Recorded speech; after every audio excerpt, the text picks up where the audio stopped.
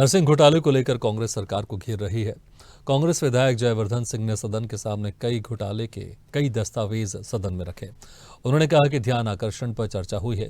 जयवर्धन सिंह ने तत्कालीन चिकित्सा शिक्षा मंत्री विश्वास सारंग पर कई आरोप लगाए। उन्होंने बताया कि विश्वास सारंग ने कई अमान्य कॉलेजों को मान्यता दी। जयवर्धन सिंह से खास बातचीत की सीनियर एडिटर मुक्ता पाठक ने। नरसिंह घोटाले को लेकर लगातार कांग्रेस सदन के अंदर और बाहर भी सरकार पे गंभीर आरोप लगा रही है।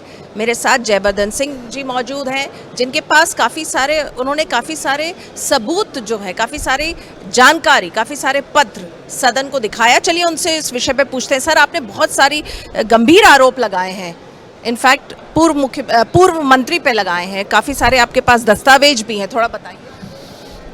नरसिंह घोटाला एक बहुत ही गंभीर विषय है।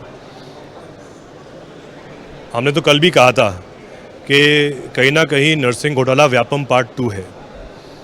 इसमें सदन में आज इस पर चर्चा हुई थी ध्यानाकर्षण के माध्यम से। चर्चा अभी जारी है, अभी एक शायद आधे घंटे में वापस चर्चा प्रारंभ होगी। मेरे वक्तव्य में मैंने तत्कालीन मंत्री आदरणीय विश्वास सारंग जी का उल्लेख किया, उनके पत्र का उल्लेख किया है। ये पत्र 15 दिसंबर 2022 का है, उनके ऑफिस का है, जिसमें जो उन्होंने 14 तारीख को जो बैठक ली थी, उसमें उन्होंने चौथे बिंदु में यहाँ पर उल्लेख किया गया है कि जो नर्सिंग कॉलेज वर्ष 19-20 में, 20-21 में, 21-22 में अमान्य पाए गए थे, उन पर माननीय कुलपति जी और जो परिषद की समिति है वो पुनर्विचार करे। आश्चर्य की बात यह है कि मंत्री जी के इस पत्र के एक सप्ताह बाद मलय नर्सिंग कॉलेज जो लगातार 3 साल अमान्य घोषित हुआ था, इस मलय नर्सिंग कॉलेज को मंत्री जी के पत्र के एक सप्ताह बाद मान्य किया जाता है। और आज इसी मलय नर्सिंग कॉलेज का मालिक आज जेल में है। तो इससे सीधा स्पष्ट होता है कि कहीं ना कहीं इस पूरे मामले में सीधी तार जुड़ी हुई है पूर्व मंत्री जी के साथ में। यही नहीं, हमने और भी परिषद की बैठक के दस्तक हमारे पास है, 2 और बैठकें हैं। एक बैठक हुई थी 11 जनवरी 2023 को, दूसरी परिषद की बैठक फरवरी 2023 में हुई, जहां लगभग एक बैठक में 21 और कॉलेज को मान्यता दी गई जो पहले अमान्य थे। पुनः फरवरी 2022 में 17 और कॉलेज को मान्यता दी गई जो पहले अमान्य थे। इस प्रकार से अकेले विश्वास सारंग जी के उस पत्र के बाद 2 महीने के अंदर 40 से अधिक अमान्य कॉलेजों को मान्यता दी गई। और आज वही कॉलेज जांच के दायरे में आ गए हैं, उन पर ही कार्रवाई हो रही है, उनके ही मालिक जेल में हैं।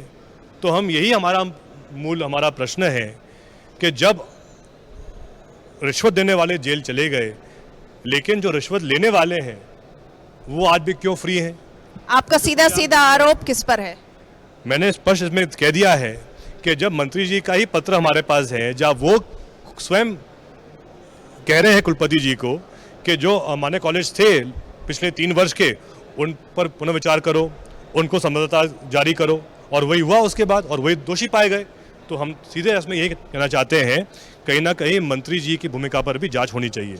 हमसे बातचीत करने का बहुत बहुत शुक्रिया। तो ये थे पूर्व मंत्री जयवर्धन सिंह, जिन्होंने आज सदन में पूरे दस्तावेज प्रस्तुत किए थे, जो सीधा सीधा जिसके जो तार हैं उनके हिसाब से जो दस्तावेज उन्होंने प्रस्तुत किए हैं उसके जो सीधा तार है वो मंत्री विश्वास सारंग से जुड़ रहे हैं। तो उनका कहना है कि मंत्री विश्वास सारंग को, जिन्होंने मान्यता दी थी ये सारे फर्जी नर्सिंग कॉलेजेस को, उनको इस्तीफा देना चाहिए। स्वदेश न्यूज़ के लिए भोपाल से कैमरामैन सुजीत के साथ मुक्ता पाठक।